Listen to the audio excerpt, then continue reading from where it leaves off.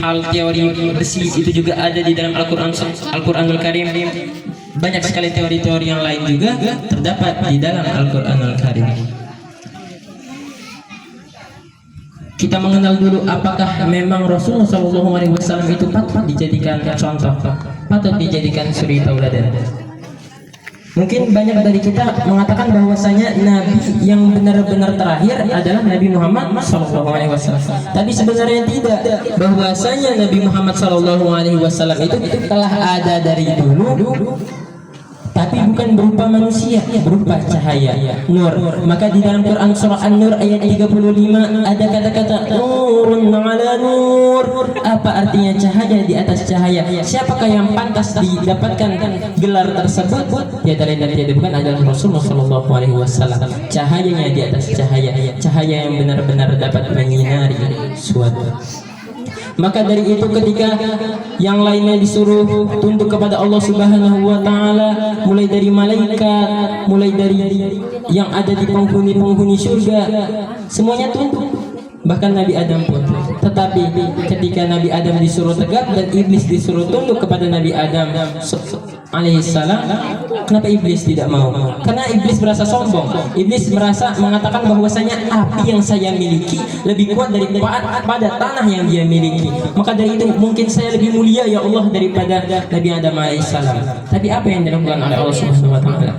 Allah Subhanahu wa taala mengusir iblis dari surga karena apa? Karena adabnya, karena akhlaknya, karena tingkah lakunya yang tidak mau menuruti perintah Allah Subhanahu wa taala. Maka dari itu mungkin kita bertanya, apa yang menurut kita lebih tinggi ketika kita di dalam dunia? Apakah adab atau ilmu? Orang-orang yang mengatakan mungkin orang yang berilmu, karena orang yang berilmu selalu terpakai, selalu ada di mana. Tetapi orang yang beradab itu hanyalah orang yang tidak berguna, mungkin kata sebagian orang.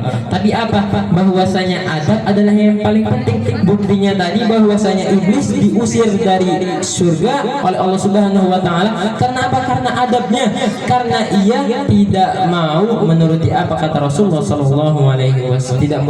Tidak mau mengikuti apa yang telah diperintahkan Allah Subhanahu wa taala. Mungkin untuk remaja-remaja, Rasulullah SAW itu adalah manusia yang paling sabar.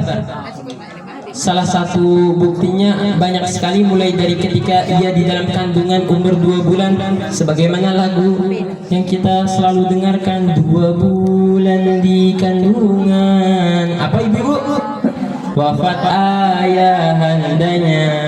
Telah diuji oleh Allah bahwasanya ketika umur 2 bulan pun Rasulullah SAW sudah dalam keadaan yatim.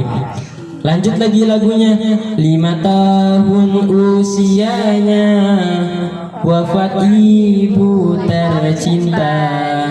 Meninggal pula Sayyidah Fatimah ketika Rasulullah SAW berumur 5 tahun. Sabar lagi Rasulullah menghadapinya. Lalu ikut siapa? Ikut kepada kakeknya, yakni Abu Muthalib. Dilanjutkan lagi oleh lagu tersebut, 7 tahun usianya kakek meninggalkannya. Diuji lagi seluruh yang mengasuh, seluruh mulai dari wali Nabi Muhammad SAW, yakni ayahnya meninggal, mulai dari ibunya Siti Aminah meninggal, mulai dari kakeknya pun ikut meninggal yang mengurusinya. Lalu siapa yang akhirnya merawat? Akhirnya dirawat oleh Abu Thalib selaku pamannya. Ketika Rasulullah SAW remaja, apakah Rasulullah SAW terus menangis, terus meratapi nasibnya yang telah ditinggal oleh keluarganya? Tentu tidak. Tapi apa yang dilakukan oleh Rasulullah SAW? Ia sabar dan membantu pamannya selaku orang yang mengurusnya sekarang. Rasulullah SAW itu tidak nganggur di dalam hidupnya. Ketika ia ikut pamannya, ia ikut berternak, ia ikut berdagang. Bahkan di dalam riwayat pun dikatakan bahwasanya Rasulullah SAW saat remajanya telah ikut perang. Mulai dari mengembala kita bahas, apakah Rasulullah itu seorang yang jujur? Tentu jujur. Rasulullah mengatakan apabila mengembalakan hewan seseorang pasti akan mengembalikannya, tidak akan diambilnya, terus dikembalikan kepada dalam keadaan sehat. Terus apabila berdagang, bagaimana cara berdagang Rasulullah SAW? Rasulullah SAW berdagang dengan keadaan mengatakan harga dari barang tersebut. Contohnya, Pak, saya memiliki sebuah roti ini saya beli di pasar dengan harga 2.000. Apabila Bapak ingin membeli, apabila mengasihi saya dengan 3 koin emas, maka saya untung dengan 1 koin emas. Apabila Bapak membayar saya 4 koin emas, maka saya untung 2 koin. Dari situ saja sudah jujur bahwasanya berapa harga barang tersebut dan berapa untung yang telah Nabi Muhammad SAW dapatkan apabila barang tersebut dibayarkan. Itu yang harus dicontoh oleh para remaja. Jangan sampai kita para remaja pun ikut mencurangi, karena banyak sekarang, tidak sedikit remaja-remaja sekarang tercandu kepada narkoba, alkohol, bahkan kecanduan yang aneh yang kita rasakan adalah kecanduan judi online. Karena aneh bahwa telah tahu bahwasanya judi itu haram dan ini pula online, dapat pinjol malah dijadiin demo. Kan aneh itu maksudnya. Karena tidak mungkin duit itu datang sendiri tanpa kita jemput. Allah Subhanahu wa Ta'ala tidak akan mengubah nasib suatu kaum kecuali kaum itu sendiri yang mengubah nasibnya, yakni harus berikhtiar. Ibu-ibu ngantuk, ibu-ibu. Nah, kita bahas dulu tema tentang sabar. Karena sabar ini penting, karena inilah yang Rasulullah SAW selalu rasakan. Sabar dalam artian banyak sekali, mulai dari kehidupannya. Allah Subhanahu wa Ta'ala berfirman dalam Quran surah Al-Baqarah yang berbunyi, "Walanabluwannakum bisyai'im minal khawfi wal ju'i wa naqsin minal amwali wal anfusi was samarat wa basyiris sabirin." Artinya, dan kami pasti akan menguji kalian dengan sedikit ketakutan, kelaparan, kekurangan harta, jiwa dan buah-buahan. Sampaikanlah wahai Muhammad kabar gembira kepada orang-orang yang sabar. Allah Subhanahu wa Ta'ala langsung memerintah kepada Nabi bahwasanya carilah orang-orang yang sabar, dan katakanlah bahwasanya orang-orang yang sabar itu adalah orang-orang yang beruntung. Karena apa? Karena banyak sekali yang dapat kita pelajari dari sabar. Mulai dari Rasulullah yang terus sabar, yang hidupnya alhamdulillah dapat menyebarluaskan agama Islam. Bahkan karena tanpa kesabaran Rasulullah SAW, mungkin kita tidak merasakan agama Islam sampai saat ini. Maka dari itu saya mengajak remaja-remaja sekalian, kepada anak-anak sekalian, mulailah mengaji dari saat sekarang. Karena apa? Tanpa adanya mengaji, kita tidak akan tahu bagaimana cara untuk membaca Al-Quran, sebagaimana Al-Quran adalah karamullah, perkataan Allah. Dan juga kita tidak dapat mempelajari Al-Hadis, yang dimana Al-Hadis itu menggunakan bahasa Arab. Mungkin pikiran kita, kenapa kita harus mengaji? Mengaji itu kan hanya untuk mengatakan, tidak tahu maknanya percuma. Tapi tidak seperti itu pemikiran agama Islam.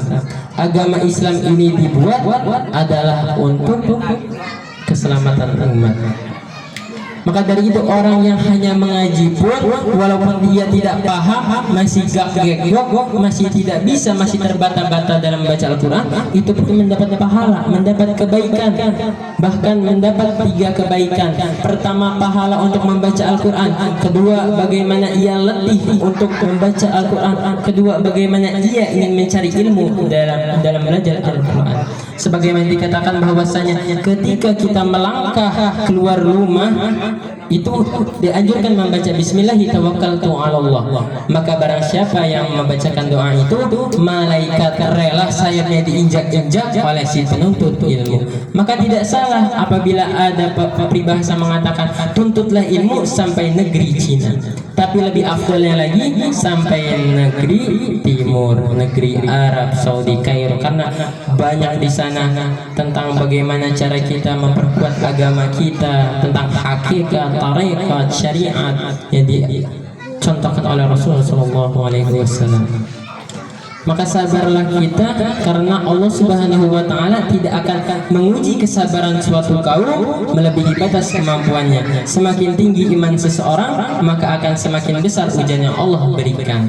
Maka dari itu bapak-bapak, ibu-ibu, jadikan ini kan acaranya sekalian sama hataman. Jadi ada tumpeng, tapi tumpengnya sikok doang. Jadi kalau yang tidak kebagian kita harus sabar. Insya Allah kebagian galau. Karena apa? Sabar itu membuat berkah. Kalau tidak berkah berarti memang belum rezekinya. Mungkin cukup sekian tausiah yang dapat saya sampaikan, karena banyak sekali jika ingin membahas tentang Rasulullah SAW, mulai dari siapa yang menyusuinya, yaitu Halimatus Sa'diyah, mulai dari bagaimana seorang pendeta yang meramal bahwasanya Nabi Muhammad SAW merupakan seorang nabi dengan tanda-tandanya. Banyak sekali, mulai dari cacian yang dilontarkan oleh pamannya Abu Lahab, juga bagaimana cara mengasuh Abu Thalib, cara mengasuh Abu Thalib, yang dimana dikatakan bahwasanya Abu Thalib ini adalah paman yang paling mendukung dengan Rasulullah SAW. Maka dari itu ketika pamannya ini meninggal bersamaan dengan istrinya yakni Sayyidah Khadijah, Rasulullah benar-benar sedih. Rasulullah sedih karena ditinggal oleh dua motivasi terbesar dalam hidupnya, yakni pamannya dan juga istrinya. Maka tahun itulah disebut dengan tahun kesedihan, terletak pada tahun 619 Masehi atau 10 kenabian, pada saat Nabi Muhammad SAW berumur 50 tahun. Maka dari itu telah jelas bahwasanya Nabi Muhammad SAW ditinggal oleh ayahnya ketika umur 2 bulan, ditinggal oleh ibunya ketika umur 5 tahun, ditinggal oleh kakeknya ketika umur dia 7 tahun, dan juga ditinggal oleh pamannya ketika umurnya menyentuh 50 tahun. Terus ketika meninggal, apakah Rasulullah memikirkan keluarganya? Tidak, yang lebih dipikirkan adalah umatnya. Ketika malaikat maut ingin mencabut nyawa Rasulullah SAW, apa yang dikatakan Rasulullah SAW? Ummati, ummati, ummati. Hingga Rasulullah SAW mengatakan, wahai malaikat maut, apabila bisa semua rasa sakit yang umatku rasakan, maka berikanlah kepadaku. Jangan sampai umatku menerima rasa sakit yang benar-benar seperti ini. Malaikat maut tidak tega, tapi ini adalah arahan dari Rasulullah SAW. Maka dari itu makanya ketika Rasulullah SAW dicabut nyawanya, merasakan sakit. Karena apa? Karena menanggung semua rasa sakit yang dirasakan oleh umatnya. Begitu sayangnya Rasulullah SAW. Maka rugi apabila kita tidak mempelajarkan Al-Quran, tidak mempelajari Al-Hadis, tidak mengaji. Karena apa? Karena Allah itu pasti akan mengasihani hambanya. Sebagai contoh, apabila seorang guru melihat apabila ada seorang siswa yang benar-benar sungguh-sungguh, walaupun dalam kutip mohon maaf, apabila siswa itu tidak pintar tetapi dia sungguh-sungguh, tentu pandangan guru pun melihat, oh anak ini sungguh-sungguh, makanya saya bantu, saya akan memperjuangkan bagaimana anak yang sungguh-sungguh ini agar bisa memahami pelajaran saya. Begitupun Allah tidak mencari hamba yang pintar, Allah tidak mencari hamba yang baik, yang benar, tetapi Allah mencari hamba yang sungguh-sungguh.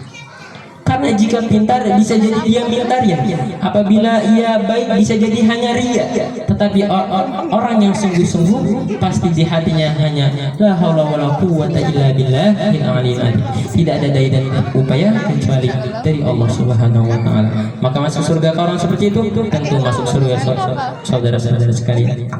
Bahkan Rasulullah SAW langsung yang menariknya ke dalam surga. Dikatakan bahwasanya apabila mizan, apabila timbangan seseorang umat dari Nabi Muhammad itu adalah sama, maka Rasulullah SAW akan membantu dan menaruh sebuah kertas, dan ketika itu amal pahalanya langsung lebih banyak daripada dosa yang ia lakukan. Masya Allah, semoga kita menjadi hamba-hamba yang seperti itu, ditolong dan diberi syariat oleh Allah Subhanahu wa taala dan oleh Rasulullah SAW.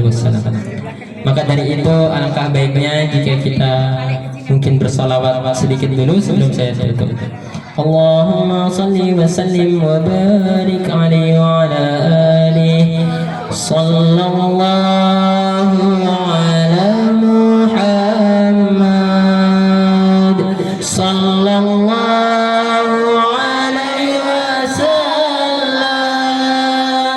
sallallahu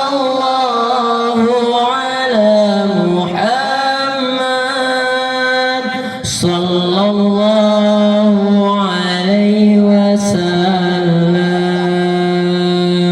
اللهم صل وسلم وبارك عليه وعلى آله. Siapa yang bersalawat kepadaku 1 kali, maka aku akan kepada dia 10 kali pahala kali lipat. Maka dari itu tidak rugi jika kita terus mengulangi salawat. Mungkin cukup sekian yang dapat saya sampaikan. Mohon maaf bila ada kekurangan, tentunya banyak sekali. Sebagaimana saya katakan tadi, bahwasanya saya berdiri di sini bukan ingin menggurui, bukan ingin menceramahi, tetapi ingin menghidupkan majelis di dalam mushola ini, juga turut untuk membuktikan mahabbah saya kepada Rasulullah SAW. Juga tidak ingin ilmu yang saya miliki itu seperti pohon yang tidak ada buahnya. Al ilmu bila amalin kasyajarin bila amalin kasamarin, tidak berguna. Wabillahi taufiq wal hidayah wa ridha wal inayah. Wassalamualaikum warahmatullahi wabarakatuh. Waalaikumsalam warahmatullahi